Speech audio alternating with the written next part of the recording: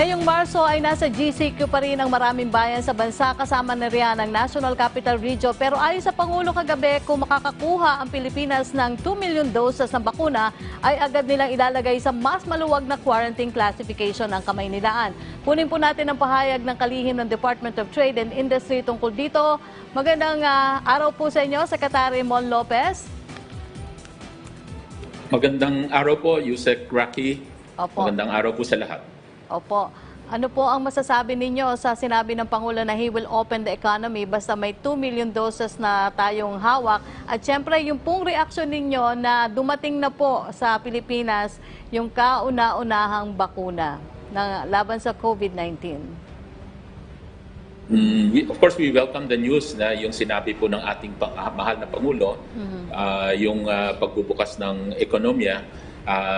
We respect naman yung decision niya na intayin talaga itong bakuna bago talaga tayo makapagbukas at ituloy yung pagbubukas ng ating ekonomiya. At itong nangyaring start ng rollout ngayong araw na ito, ngayong umaga, of course, this can only bring heightened optimism sa ating lahat na nagsisimula na po yung rollout ng vaccination program dito sa ating bayan. Opo. Pero paano naman po makakatulong sa ekonomiya itong unified travel requirements na ipatutupad ng mga lokal na pamahalaan kung saan po inaalis na nga po yung mandatory testing and quarantine, Secretary? Opo, at least ito will standardize to a certain extent yung mga requirements ng ating mga LGUs. Ang hindi lang po ma-standardize, yung mga ibang LGUs would still require a PCR test. Pero at least to the other requirements, standardized na po at makakabuti rin po ito sa mobility ng lalo na yung mga pwedeng bumiyahe na or inaalaw na bumiyahe sa labas ng kanilang residence, yung APOR. Yon. So yun ho ang maganda dito sa ito kasi yung mga paraan na mga unti-unting na bubuksan yung ekonomiya even without shifting to modified DCQ. And we all know na marami na po sa ating mga probinsya, mga lugar sa Pilipinas kasama ang NCR na yung maraming mga probinsya na MGCQ na at iilan na lang tulad ng NCR ang GCQ. Mga 8 na lamang ng mga lugar ang GCQ. So technically na halos marami ng modified GCQ sa ating lugar. So hopefully ito maka-improve ng patuloy yung pag-improve ng ekonomiya dahil po dito sa mga mas bukas na lugar. Opo, hindi ba raw po nagiging, hindi naman po masabi na reckless ang gobyerno sa kanyang mga ipatutupad na polisiya para daw po maisalba ang sektor ng negosyo, Secretary? Hindi po. Dahil every time mula nung August para last year, every time na pinag-uusapan itong gradual na pagbubukas at calibrated na pagbubukas, nire-remind po natin yung restriction sa ating mga kababayan pagsunod ng health protocol. Hindi po tayo nagluluwag doon. If ever may mga binubuksan lang hong mga sector at mga certain rulings like on age restriction na atin hong unti-unting pinaluwag ng mga nakaraang buwan. Pero yung restriction sa health protocol, hindi po natin binabawasan yon. In fact, mas lalo hong pinaigting ang enforcement. So yun po, hindi po reckless po talaga itong mga ginagawa na to. Ito po lahat ay planado at dahan-dahan.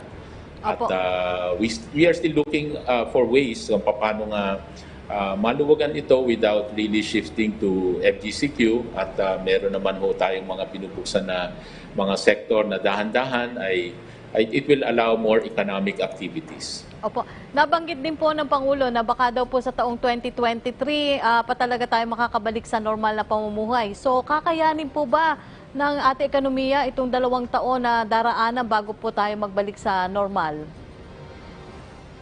Siguro po yung nire-refer po ng ating Pangulo, yung talagang parang yung pre-pandemic level na halos wala ng restriction. But as we are learning how to deal with the virus, nakita naman po natin na may mga sector naman tayong nabubuksan, sector of the economy that we are reopening, na kahit may quarantine pa at kahit may mga iba pang restriction, ay unti-unti pa rin lumuluwag. So hindi ibig sabihin ay parati tayong nakaganitong situation up to 2 years from now. Meron ho tayong unti-unting binubuksan, kaya nga ho, ang maganda ho dito sa gradual ho, nakita naman natin na hindi ho lumobo yung ating kaso. In fact, bumaba pa, no? Yung example na sinasabi natin noon. Kaya nga ho, parang it proves na maganda po yung formula natin na dahan-dahan pagbubukas kasi bumababa pa rin yung COVID cases from 4,000 to around 2,000 at this time. No? So, nung nag-reopen tayo ng economy dahan-dahan mula July last year, ay nakikita naman natin yung well-managed na COVID cases po natin. Opo, Secretary, sa iba pang balita, po, ipagbabawal daw po ng DTI yung installment sale only ng mga motorsiklo. Ito po ay matapos sa ginawang investigasyon ngayon sa Senado sa umano'y modus nga po ng mga dealers. Ano po ba mismo ang natuklasan ng ahensya sa modus na ito at bakit hindi po ito dapat ginagawa ng mga nagbebenta ng mga motorsiklo? Dapat ho kasi mabigyan talaga ng choice yung consumer kung gusto niya magbayad ng cash para makaiwas dito sa mataas na interest na pagka naka-installment. Lalo na kung meron naman silang pondo para magbayad ng cash. Yung iba ko talaga, I would prefer cash.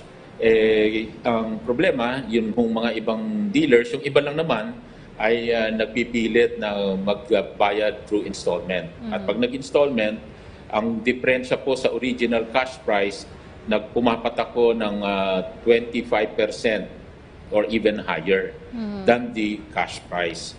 So kung kukumpitin nun, medyo mataas ang pumapatak na interest niyan kada taon. Kaya nga ho, kung may paraan lang at meron silang cash, kung gusto magbayad ng cash, dapat i-allow po yun. So yun yung ilalabas po natin na department order.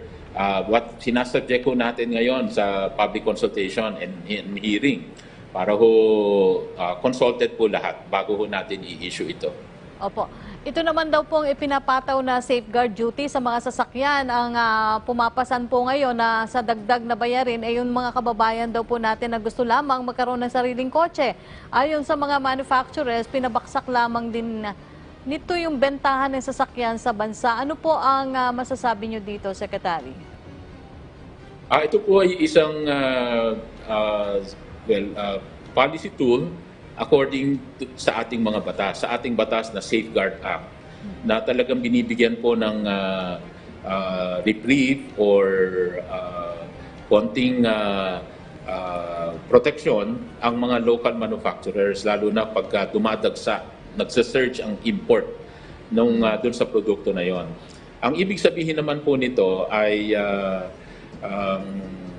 preference ng ating consumer ay maaaring maituon para sa local manufactured. Hindi po sila pinagbabawalan at yung local manufactured ho, wala hong pagbabago sa presyo at meron ho tayong mga sasakyan na locally manufactured.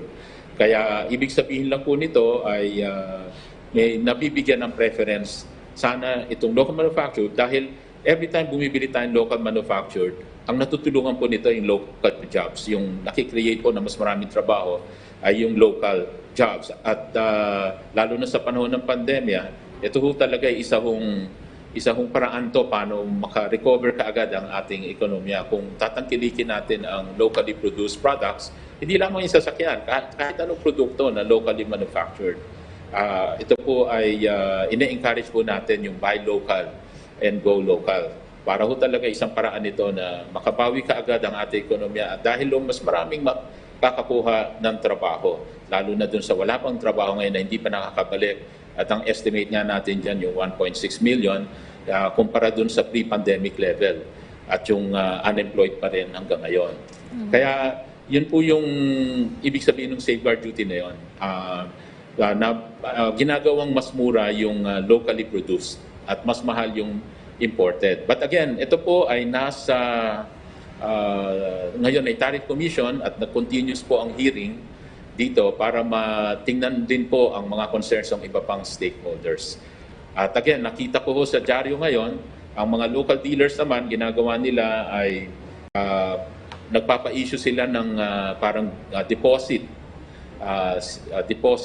bond para kung sakali pong matanggal po yung safeguard duty as a result, let's say, of the Tariff Commission hearing at yun ang findings nila, ay maibabalik sa consumer yung mas mataas na dagdag presyo dito po na ipinasa sa kanila because of the safeguard duty.